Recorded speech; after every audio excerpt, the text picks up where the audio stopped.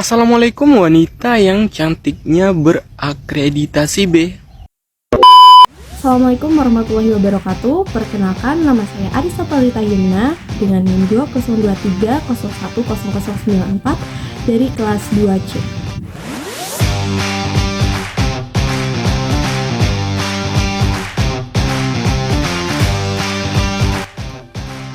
Oke teman-teman, pada kesempatan kali ini aku bakal membersamai kalian dalam waktu 30 menit ke depan untuk men-sharing tentang pengetahuan mata kuliah Filsafat Pendidikan Islam yang berjudul Manusia dalam Perspektif Al-Quran. Kemudian ada dua materi yang berkaitan. Yang pertama yaitu ayat-ayat tentang Al-Nas, Al-Bashar, Al-Insan, dan Bani Adam. Yang kedua ada ayat-ayat tentang penciptaan manusia menurut Al-Quran.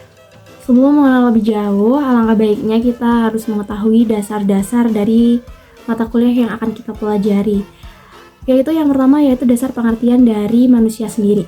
Manusia menurut pendapat Ibnu Al-Arabi adalah bagian dari ciptaan Allah Subhanahu wa Ta'ala, sehingga layak dinamakan makhluk yang memiliki berbagai daya hidup, berkehendak, mengetahui, berbicara, melihat, mendengar, berpikir, memilah dan memilih, dan mengambil keputusan. Baik, berdasarkan tren-tren yang ditampilkan oleh Al-Quran dan Al-Hadis sendiri, terdapat 4 atribut tentang manusia. Yang pertama yaitu Al-Bashar tadi, kemudian juga ada Al-Insan atau Al-Ins, kemudian ada Al-Nas, dan juga Bani Adam. Ketiga atribut ini mengisyaratkan bahwa manusia sebagai ciptaan Allah Subhanahu wa Ta'ala berfungsi sebagai makhluk biologis atau teologis yaitu Al-Bashar, kemudian ada makhluk psikologis yaitu Al-Insan, dan juga makhluk sosiologis yaitu Al-Nas. Untuk Bani Adam sendiri memiliki arti anak cucu Adam alaihi salam atau keturunan Adam alaihi salam. Istilah ini digunakan untuk mengistilahkan manusia yang dikaitkan dengan kata Adam yang merupakan sebutan bagi manusia pertama yang diciptakan oleh Allah Subhanahu wa Ta'ala. Baiklah, mengenal lebih jauh lagi tentang atribut atau 3 atribut tentang manusia. Yang pertama itu ada Al-Bashar. Dalam ensiklopedia kosakata Al-Quran, kata Al-Basharo ditampilkan dalam Al-Quran sebanyak 36 kali nih teman-teman, yaitu dalam 26 surah. Penggunaan kata-kata yang berakar huruf ba, sya, ro dalam Al-Quran itu sebanyak 123 kali, pada umumnya bermakna kegembiraan. Nah, di samping itu Al-Bashar dipahami pula dalam arti bersentuhan kulit atau lawan jenis, sehingga dinamakan dengan al-mulamasah, mengingat manusia memiliki sifat psikologis dan biologis yang terbatas, mulai dari makan, minum, seks, aman, ingin sejahtera, bahagia, dan lainnya. Bahkan sebagai makhluk Al-Bashar, atribut ini digunakan pula untuk utusan Allah Subhanahu wa Ta'ala, penerima wahyu, sebagaimana dijelaskan dalam Al-Quran, yaitu dan tidak mungkin bagi seorang manusia pun bahwa Allah Subhanahu wa Ta'ala berkata-kata dengan dia kecuali dengan pemutaran wahyu atau di belakang tabir atau dengan mengutus seseorang utusan yaitu malaikat, lalu diwahyukan kepada dengan seizinnya apa yang dia kehendaki. Sungguhnya dia maha tinggi lagi maha bijaksana. Quran Surah Asy-Syura ayat 51. Kemudian memasuki atribut tentang manusia yang kedua nih teman-teman, yaitu ada Al-Insan atau Al-Ins. Dari segi morfologis nih, kata Al-Insan berasal dari kata nasya yansa yang secara etimologis bermakna melalaikan dan meninggalkan sesuatu atau lupa. Selain itu, kata Al-Insan bisa juga berasal dari kata inisyan yang berakar pada kata ins. Secara etimologis, kata ins bermakna tampaknya sesuatu dan jinak. Pembentukan kata insan dan ins dikenal dengan metode istiqoq atau tasyrif. Nah, menurut Quraisy Shihab, kata insan yang terambil dari kata ins merupakan pendapat jika ditinjau dari sudut pandang Al-Quran lebih tepat daripada pengertian insan yang terambil dari kata nasya yaitu lupa, atau nasa yunusu yang artinya bergoncang. Arti kata ins yang pertama yakni tampaknya sesuatu ditemukan dalam penggunaan kata tersebut berhadapan dengan kata jin atau makhluk halus. Sedangkan manusia adalah makhluk yang tampak seperti yang diungkapkan dalam Al-Quran surah Az-Zariyat ayat 51. Dan aku tidak menciptakan jin dan manusia melakinkan supaya mereka mengabdi kepadaku. Sedangkan dalam pengertian kata jinak lebih relevan dengan sifat kejiwaan manusia seperti keramahan, kesenangan, dan pengetahuan. Menurut beberapa pendapat, makna inilah yang lebih tepat dikaitkan dengan sifat psikologis manusia yang jinak atau lunak atau lembut, sehingga menimbulkan kesenangan bagi manusia lain yang bergaul dengannya. Bukankah sifat ini yang lebih dominan pada wanita, namun tidak menutup kemungkinan ada juga pada pria. Oke, memasuki atribut tentang manusia yang ketiga, yaitu adalah Al-Nas. Berdasarkan hasil penelusuran Al-Mu'jam, kata Al-Nas disebutkan oleh Al-Quran sebanyak 240 kali dalam beragam ayat dan surah dalam Al-Quran. Kaitan dengan ini, Al-Rahib Al-Ashifhani berkesimpulan bahwa Al-Nas menunjukkan eksistensi manusia sebagai makhluk sosial secara totalitas dengan melihat status keimanannya atau tidaknya. Dari urian leksikal tersebut dapat diketahui bahwa kata Al-Nas lebih umum daripada yang lainnya, karena itu penyebutan term Al-Nas dalam Al-Quran paling terbanyak dibanding Al-Bashar dan Al-Insan. Apabila ketiga kata ini dihitung secara berurutan, maka secara hierarkis memang sangat logis, bahkan filosofis, yaitu yang pertama yaitu Al-Bashar sebagai manusia yang layak untuk menerima wahyu. Kemudian yang kedua ada Al-Insan, yaitu manusia sebagai penerang atau penenang dalam wahyu tersebut. Kemudian yang ketiga ada Al-Nash sebagai masyarakat yang mesti diberi penjelasan dan penerangan tentang hakikat dan substansi universal tentang wahyu tersebut, agar dilaksanakan dalam kehidupan nyata di dunia yang sementara ini dan di akhirat nanti sebagai kehidupan sejati yang tiada henti. Oke, memasuki materi tambahan, yaitu ada Bani Adam atau Zuriat Adam. Kedua istilah ini berbeda dengan kedua istilah sebelumnya. Keduanya merujuk kepada manusia adalah karena adanya keterkaitan dengan kata Adam. Kedua istilah tersebut diartikan dengan keturunan, tetapi sesungguhnya memiliki konsep atau konotasi yang berbeda. Kata Bani berakar dengan huruf-huruf Ba, Nun, dan Ro, yang bermakna sesuatu yang lahir dari yang lain. Dan kata Zuriat sendiri itu artinya yang berakar dengan huruf-huruf Zal, Ro, dan Ro juga mempunyai arti kehalusan dan tersebar. Dikait-katanya kedua kata tersebut dengan Adam memberi kesan kesejarahan dalam konsep manusia, dan Zuriat Adam mengandung konsep keragaman manusia yang tersebar dalam berbagai warna dan bangsa.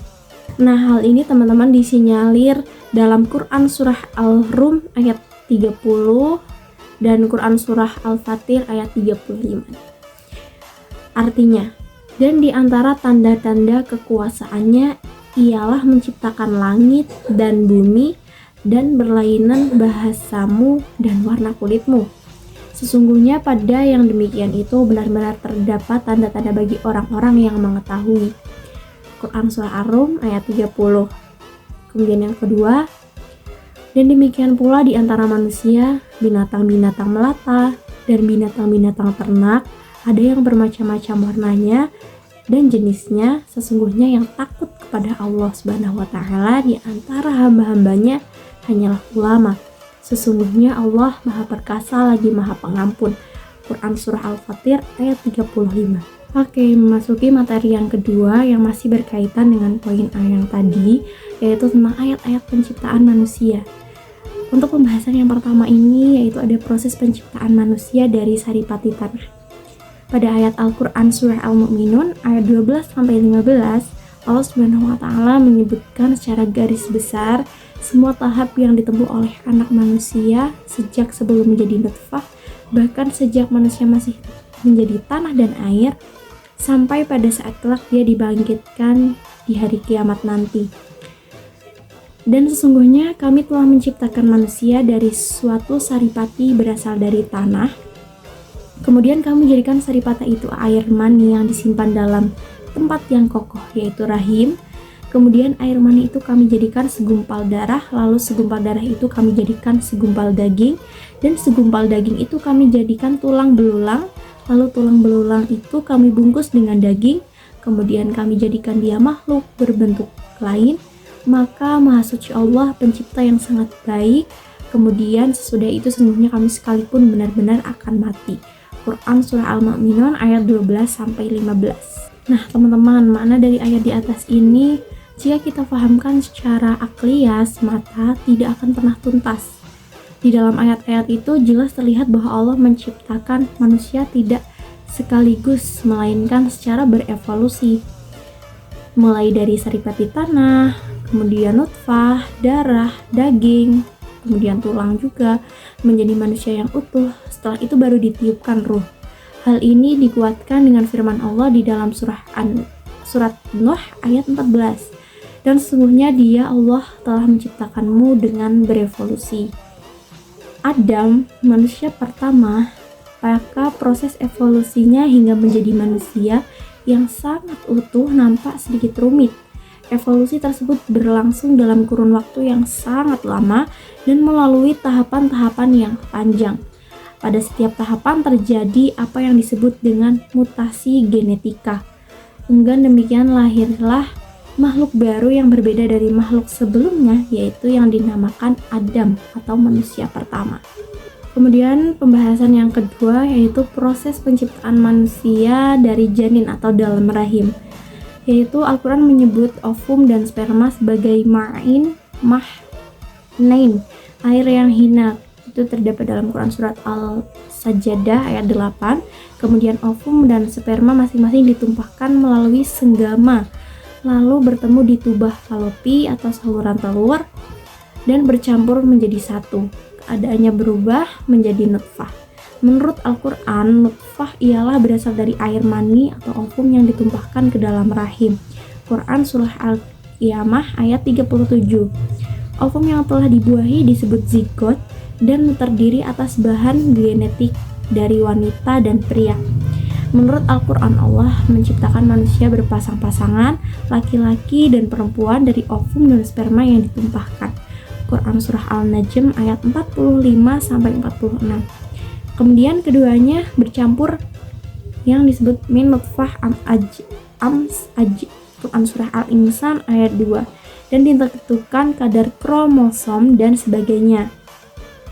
Min nutfah khalaqahu wa qaddarahu. Quran Surah Abasa ayat 19. Selanjutnya zigot itu masuk ke dalam endometrium atau selaput rahim dan melekat pada dinding depan atau belakang rahim. Setelah itu zigot membelah diri menjadi 2 sel, 4 sel, 8 sel, dan seterusnya hingga terbentuklah lempeng embrional. Dalam Al-Quran ini, lempeng embrional disebut dengan alaqah. Itu terdapat dalam surat Al-Mu'minun ayat 14. Lempeng embrional itu kemudian tumbuh dan berkembang menjadi embrio atau yang disebut dalam Al-Quran sebagai mugoh. Itu terdapat dalam Quran Surah Al-Mu'minun juga dan Al-Ajj ayat 5. Meratakan tekanan intrauterin dan membersihkan jalan lahir bila ketuban pecah. Itu terdapat dalam hubungannya Allah menfirmankan dalam Quran Surah Az-Zumar ayat 6. Artinya Allah menjadikan kamu dalam perut ibumu menjadi demi kebaikan dalam 3 kegelapan. Yang dimaksud 3 kegelapan ialah selaput embrio di atas. Kemudian menurut Al-Quran, janin itu kemudian diberi ruh oleh Allah dan dilengkapi dengan panca indera sehingga keadaannya berubah menjadi bayi yang dapat bergerak dan berada di dalam rongga rahim sampai pikun. Quran Surah As-Sajdah, Al-Ajj dan An-Nahl ayat 78. Jadi menurut Al-Quran, proses penciptaan manusia melewati beberapa fase, yaitu yang pertama ada saripati tanah, yang kedua ada dari ovum dan sperma yaitu mani, kemudian yang ketiga ada nutfah atau zigot, kemudian yang keempat ada alaqah atau implantasi, kemudian yang kelima ada mugoh atau embrio, yang keenam ada janin atau fetus, Yang ketujuh ada nafa'atu al-ruh, yaitu pemberian ruh. Dan yang kedelapan ada tifl neonatus atau bayi. Namun demikian, ada reproduksi yang tidak memerlukan sperma. Contoh seperti kisah proses penciptaan Nabi Isa alaihissalam dari perut Maryam. Dalam firman Allah, Maryam berkata, "Ya Tuhanku, bagaimana mungkin aku mempunyai anak padahal aku belum pernah disentuh oleh laki-laki." Quran Surah Al-Imran ayat 47. Oke. Dari penjelasan yang sudah aku jelasin tadi secara singkat, dapat diambil beberapa poinnya. Yang pertama yaitu ternyata manusia itu secara al-bashar itu layak menerima wahyu dikarenakan manusia disebut sebagai makhluk, yaitu al-bashar yang artinya biologis dan teologis, yaitu makhluk Allah yang dapat berkembang biak, atau lebih gamblangnya itu manusia memiliki hubungan sosial di antara manusia-manusia yang lain, yaitu dalam artian bersentuhan atau bersentuhan lawan jenis. Kemudian yang kedua yaitu al-insan, yang memiliki arti bahwa manusia itu sebagai penenang atau penerang untuk mengisi wahyu tersebut. Ini dapat diartikan bahwa manusia ini sebagai makhluk psikologis di mana memiliki sifat jinak, yaitu manusia lebih bisa atau lebih dapat diatur untuk mendukung poin yang ketiga, yaitu al-nas, yaitu manusia itu diharuskan untuk mempelajari dan melaksanakan hakikat dan substansi universal tersebut, yaitu tentang wahyu di dunia yang sementara ini dan untuk kebutuhan nanti di akhirat, seperti itu. Kemudian kaitannya dengan proses penciptaan manusia itu sebenarnya merujuk kepada kekuasaan Allah Subhanahu wa taala, di mana Allah menciptakan manusia itu dengan berevolusi. Contohnya terdapat pada poin Bani Adam atau zuriat Adam.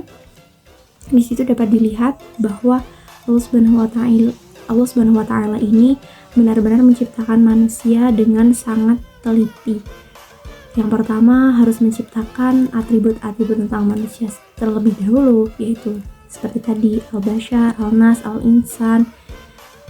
Kemudian baru bagaimana proses penciptaannya. Ada dari substansi saripati tanah, kemudian melewati proses yang ada di dalam rahim yang sedemikian rupa.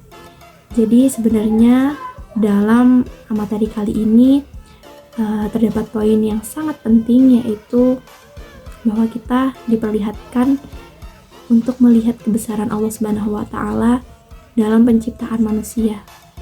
Jadi manusia itu memang diciptakan itu berasal dari campur tangan nih, dalam artian campur tangan itu kehendak Allah Subhanahu wa taala, seperti itu. Nah, itu dia tadi materi yang dapat aku sampaikan untuk teman-teman. Kemudian apabila ada positifnya silahkan diambil, dan kemudian apabila ada negatifnya silahkan dibuang jauh-jauh. Kita ambil yang positif-positif aja.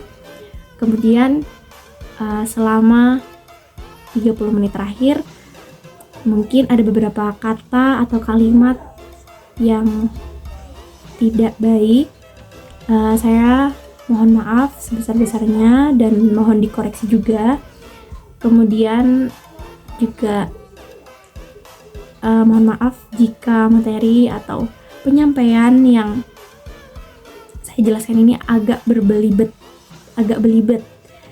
atau berbelit.